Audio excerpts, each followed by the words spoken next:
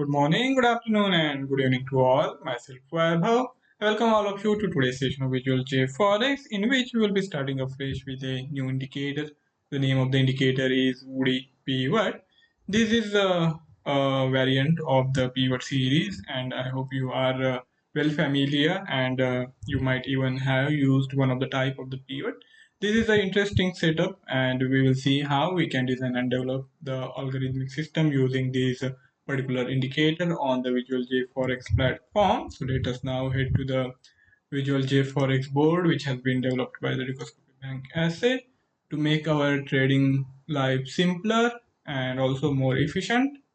You will find these indicator listed amongst the other indicators just below the TDS. Last session was dedicated to TDS. This time we are working with the Woodie pivot series. Here we have to define four input parameters depending on which we will be getting these output values. The main important, which we are also going to lay more importance to, is central pivot point, and along with that we can also take the help of these resistance and support points while defining the entry and exit conditions. First, you have to choose a default instrument, the instrument on which you want to work, for which you want to design the system. The candle period will help us on defining the Woodie pivot's time frame. The look back period, whether you want to use the current data or if you want the data back in time, you have to define these using the parameter of the shift and the Woodie pivot point period, whether if you are going to work with the daily time frame or the weekly or even hourly, you can define that using these parameter. Now I will give you the idea what the logic is going to be for the execution of the trade using this system. Let me plot the Woodie pivot. Here it is, and it is plotted with the time period of day. This is the chart of the Euro USD with the candle period of hour, but the Woodie pivot is of daily time frame.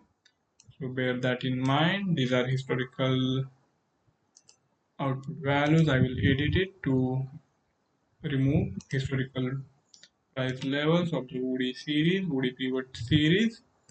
Here we have the central pivot point, the central point. Okay, the central point for today is at 1.1325, and then we have these resistance and support points. No resistance point is visible in the chart, but we have these two support points. First support point is at 1.12896, and another one is lower down at 1.1245. If we consider the price action today, the price action revolved around the central pivot point for most part of the day, and after that it had a breakout on the lower side, and after that it has dipped. And if we consider this price move, it is almost close to 50 pips. So you can observe that this central point is a key marker, and that's what we are going to rely on also. We want to be using this central point to determine whether to go long or whether to go short, and at the same time we are also in need of another parameter which will help us determine the longer term trend. So what we are going to do, we will take the 4 hourly price formation also there.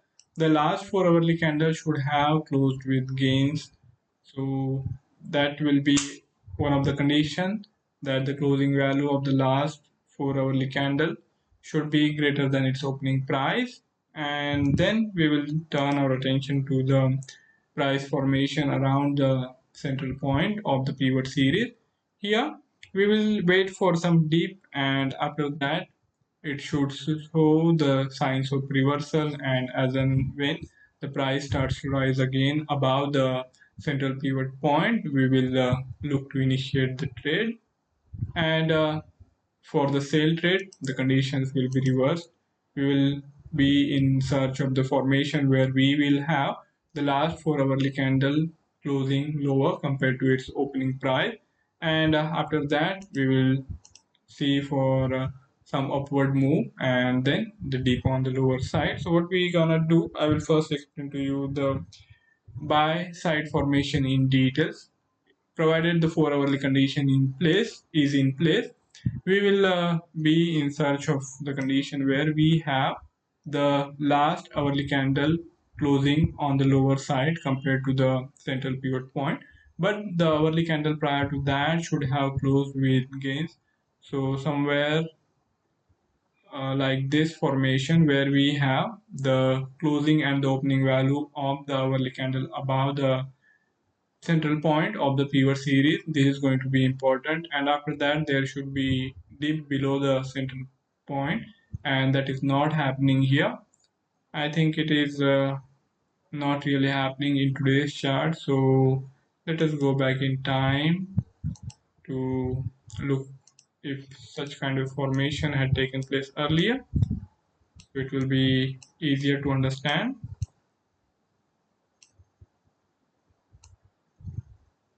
for any buy trade to execute. So somewhere here, provided the 4 hourly condition was in place, I don't know if it was or not, but here I will be able to explain to you the hourly condition. Here we had this last hourly candle closing on the lower side, and the prior candle was having its opening and the closing price above the central pivot point. Its closing price also above the opening price, and after that we saw this dip on the lower side. And what we're gonna do, once it closes on the lower side, we will place the order in terms of the buy stop or at the central pivot point with the order validity of 1 hour. Suppose if the price again starts to rise and starts tries to rise above the central pivot point in next 1 hour, the order will execute. So somewhere here the execution might have happened, but then this deceleration continues and it goes down. But I am thinking probably this 4 hourly condition would have avoided this trade from getting executed, as we had this deceleration, the momentum was bearish, and that would have been picked up by the 4 hourly condition that the closing value is not really above the opening price of the last 4 hourly candle. So that trade would have been avoided. So that's the formation is for the buy trade. And for the sell trade, we will need the 4 hourly condition to be showing the bearish momentum. Its closing value will need to be lower compared to the opening price, and after that we will search for a formation where we have the last hourly candle closing above the central pivot point, and the prior candle's opening and the closing price needs to be below the central pivot point. And I think that doesn't really happen today. It slightly misses out here, as we have the opening price of this particular candle above the central pivot point. And I think that might have happened here. Provided the 4 hourly condition is in place, we had the closing and the opening price of this particular hourly candle below the center pivot point, and then after that this hourly candle goes on to close above the central pivot point, and then we will be placing the order at this central pivot point, the sell stop order, and it will execute as and when price starts to dip below this price level, and eventually it will go on to decline by around 20-25 pips. So that's the logic is for the execution of the sale trade. I hope you've been able to understand the logical requirements of the trade. Now we head back to the Visual JForex board, where we will have to start adding the required blocks. Oops, pardon me, this microphone has fallen. I will fix it. Okay, now it's in place. So let us now get back to the business.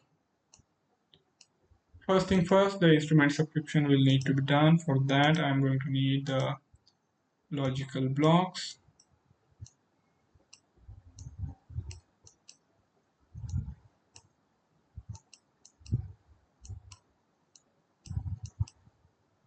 on candle will be our start point.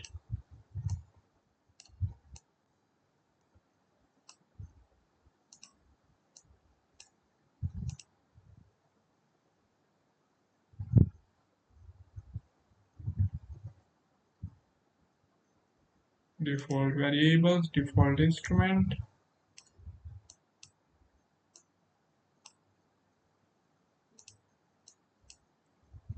Should match the candle instrument. And then in turn, candle instrument will be required to match the instrument of choice, which is going to be Euro USD.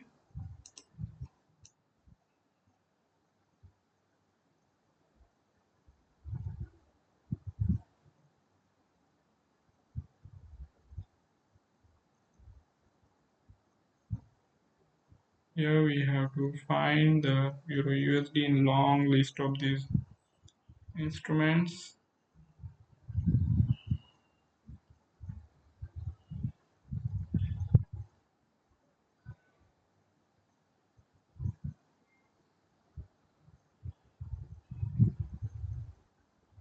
Here it is. Okay. And first input should equal second input. Position amount will need to be equal to 0. Position amount, all position is equal to 0. Again, first input equal to second input. Alright, the candle period will be changed to daily, and it will be current. Shift is current. Also, the Woodie pivot can period is going to be daily. Okay.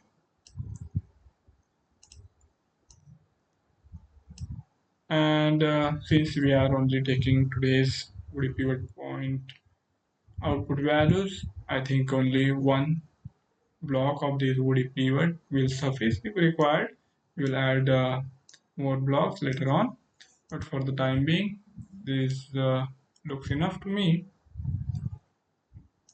Now we will need to add info components.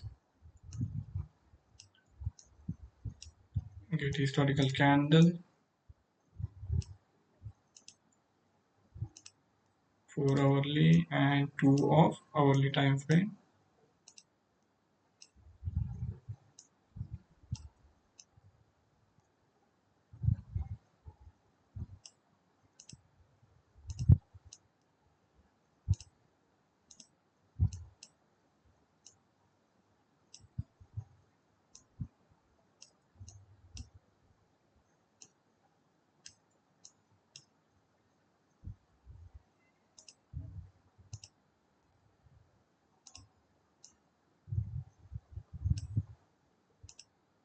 This is going to be 4 hours.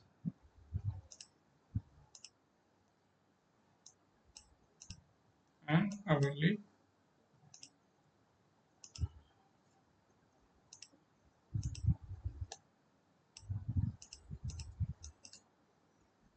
Shift value of 1 and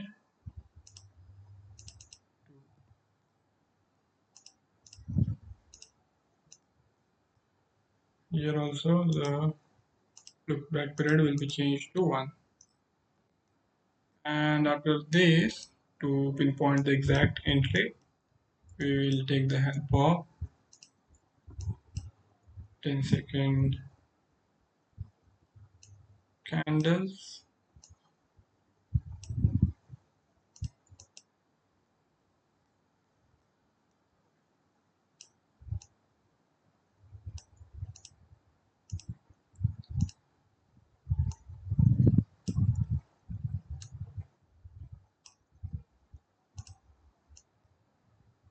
The candle period is going to be 10 seconds. As I said, look back period will be changed to 1 and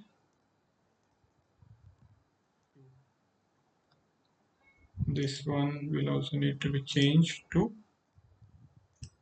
10 seconds. Okay. So with this, we have these blocks in place to retrieve the price action data and also to define the conditions involving this Woodie pivot indicator.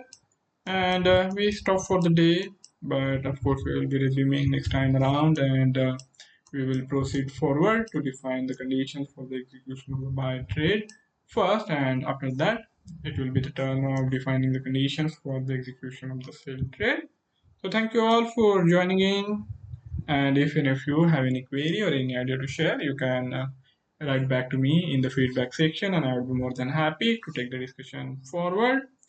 For further coverage on the market developments, do check out the Dukascopy Analytics page. We are also available on the Facebook. You can join in for in-depth discussions there. And if you haven't done so far, you can start trading using the JForex platform, which provides the low-cost trading environment with excellent interface. So do check it out. All the links have been provided. Thank you all for joining in. See you next time around. Till then, goodbye.